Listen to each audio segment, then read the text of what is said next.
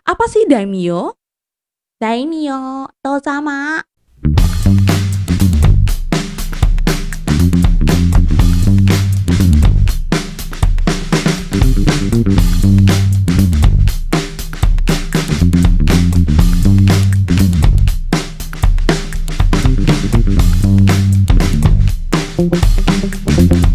Hai semuanya, selamat datang lagi di channel YouTubeku Maria Harik Channel dengan konten BBM Belajar Bareng Maria. Di videoku kali ini, aku masih mau cerita tentang sejarah Jepang. Tapi sebelum itu, jangan lupa untuk selalu klik tombol subscribe, like, komen, dan share. Kalian pasti tahu kan kalau Jepang adalah salah satu negara maju di dunia. Tapi tahu nggak sih kalian bahwa Jepang pernah menjadi negara yang tertutup dan menjadi negara yang kurang maju? Terus kok bisa akhirnya Jepang menjadi negara yang maju dan modern hingga saat ini? Hal ini tidak lepas dari sejarah Jepang. Yuk kita bahas. Dahulu Jepang menjadi negara tertutup selama 2 abad. 200 tahun, lama banget. Mengapa Jepang bisa menjadi negara tertutup? Hal ini dikarenakan adanya kebijakan Sakoku yang dikeluarkan oleh Kesogunan Tokugawa pada tahun 1639. Sebelum itu, sudah tahukah kalian arti dari kesogunan? Kesogunan adalah yang membantu kaisar dalam mengurusi pemerintahan pada masa itu. Nah, kembali lagi ya teman-teman, apa sih arti dari kebijakan Sakoku? Secara harafiah, arti dari kebijakan Sakoku adalah negara terkunci atau negara tertutup. Kebijakan Sakoku adalah kebijakan luar negeri Jepang yang isinya melarang orang-orang asing untuk memasuki wilayah Jepang dan melarang masyarakat Jepang atau warga Jepang untuk berinteraksi dengan orang asing atau pergi dari wilayah Jepang. Kenapa Kesogunan Tokugawa menerapkan kebijakan Sakoku ini? Kenapa ya? Hal ini dikarenakan yang pertama, Kesogunan Tokugawa merasa terancam dengan adanya misionaris yang berasal dari Spanyol dan Portugis. Para misionaris ini dianggap tidak bersikap netral dan selalu ikut campur dalam kehidupan Kesogunan Tokugawa. Kedatangan para misionaris ini juga dianggap dapat mengancam kebudayaan negara Jepang. Contohnya, para misionaris ini memperkenalkan senjata api ke salah satu shogun yang ada di Jepang. Padahal kalau dilihat shogun ini selalu identik dengan senjata samurai. Contoh lainnya, berkembangnya agama Katolik di Jepang itu menggeser agama Buddha yang pada saat itu banyak dianut oleh masyarakat Jepang. Alasan yang kedua mengapa Kesogunan Tokugawa ini menerapkan kebijakan Sakoku adalah mempertahankan supremasi Tokugawa terhadap pesaingnya yaitu Daimyo Tozama. Apa sih daimyo? Daimyo Tozama. Secara politis, Daimyo Tozama merupakan bawahan atau vasal dari Kesogunan Tokugawa. Tapi secara ekonomi, mereka ini relatif independen. Daimyo ini banyak melakukan hubungan kerjasama dengan daerah-daerah di luar wilayah negara Jepang. Hal ini membuat Kesogunan Tokugawa mengira bahwa Daimyo Tozama membangun kekuatan militer untuk menggulingkan Kesogunan Tokugawa. Dengan adanya kebijakan Sakoku ini akan membatasi hubungan daimyo dengan daerah-daerah di luar Jepang. Selama kebijakan Sakoku ini diterapkan, tidak sepenuhnya negara Jepang ini tertutup dengan daerah-daerah luar Jepang. Pada saat itu hanya ada satu pelabuhan yang dibuka untuk kegiatan perdagangan yaitu daerah Nagasaki, dan Jepang hanya melakukan kontak dagang atau hubungan ekonomi dengan wilayah Cina dan juga Belanda.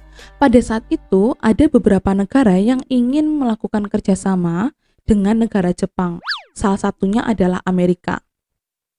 Amerika 4 kali mengirim utusan ke Jepang untuk melakukan hubungan kerjasama, akan tetapi selalu ditolak dan diusir. Nah, pada tahun 1852, Amerika mengutus Matthew Perry untuk pergi ke Jepang. Dan Matthew Perry ini akhirnya tiba di Jepang pada tahun 1853. Ketika datang di Jepang, Kapal Matthew Perry ini tidak berlabuh di Nagasaki.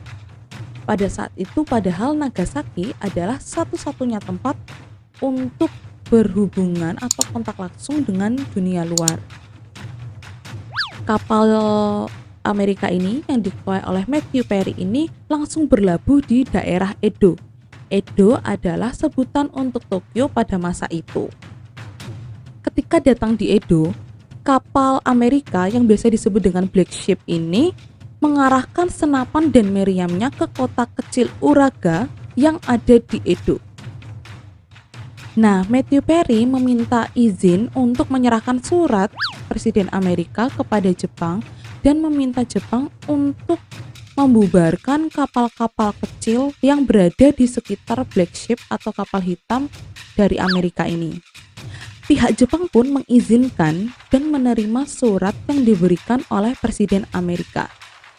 Matthew Perry pun juga akan menagih jawaban atas surat yang diberikan pada saat ekspedisi kedua Amerika ke Jepang. Setelah Amerika pergi dari wilayah Jepang, pemerintahan Jepang ini segera membangun benteng di wilayah Teluk Tokyo untuk membendung serangan Angkatan Laut Amerika di ekspedisi kedua nanti. Pada tahun 1854, ekspedisi kedua Amerika akhirnya tiba di Tokyo. Amerika kembali datang ke Jepang dengan kekuatan bersenjata 2 kali lipat. Hal ini akhirnya membuat Jepang mau menandatangani perjanjian Kanagawa yang isinya tentang ketersediaan Jepang untuk membuka diri dengan negara-negara barat. Penandatanganan perjanjian Kanagawa ini dianggap menjatuhkan harkat martabat dari orang-orang Jepang. Hal ini yang kemudian memicu masyarakat Jepang untuk berpikiran anti negara-negara barat. Hal ini juga yang memicu akhirnya terjadi perang antara orang-orang Jepang dengan orang-orang Amerika.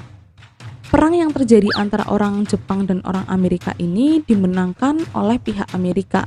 Kedatangan Amerika dengan kemajuan-kemajuan yang dibawa ini akhirnya membuat masyarakat Jepang tersadar akan ketertinggalan mereka dengan negara-negara barat. Sejak saat itu pemerintahan shogun dihapuskan dan pemerintahan sepenuhnya kembali ke tangan Kaisar Komei. Setelah Kaisar Komei ini digantikan dengan anaknya yaitu Kaisar Meiji, niatan untuk mengejar ketertinggalan Jepang dari negara-negara barat terwujud dengan adanya restorasi Meiji. Maksud dari adanya restorasi Meiji ini adalah melakukan perubahan-perubahan besar di segala bidang. Langkah pertama yang dilakukan oleh Kaisar Meiji untuk melakukan perubahan-perubahan besar adalah mengutus beberapa pejabat yang biasa disebut dengan misi Iwakura ke negara Amerika dan Eropa. Pejabat-pejabat ini bertugas untuk melakukan renegosiasi dengan Amerika terkait dengan perjanjian Kanagawa yang dianggap berat sebelah atau terlalu menguntungkan pihak Amerika. Dan tugas yang kedua adalah mempelajari seluk-beluk kemajuan yang ada di negara Amerika dan di negara-negara Eropa. Mengapa disebut dengan misi Iwakura? Karena orang yang pertama kali melakukan tugas ini atau pergi ke Amerika dan Eropa untuk mempelajari seluk-beluk itu adalah orang yang bernama Iwakura. Melalui misi Iwakura inilah akhirnya Jepang mengetahui informasi-informasi tentang kemajuan-kemajuan yang dialami oleh negara-negara barat. Informasi-informasi tentang seluk-beluk kemajuan negara barat yang didapatkan oleh misi Iwakura inilah yang dijadikan rekomendasi untuk melakukan restorasi Meiji atau perubahan-perubahan yang ada di Jepang, mulai dari sistem politik, ekonomi, sosial, dan budaya. Dengan adanya restorasi Meiji inilah Jepang akhirnya menjadi negara yang maju, makmur, dan memiliki kekuatan militer yang cukup kuat. Begitulah cerita mengapa Jepang bisa menjadi negara yang modern, makmur, dan juga kuat. Hal yang dapat kita pelajari dari Jepang adalah mau belajar dari masa lalu, mau mengevaluasi diri, dan mau akan adanya perubahan.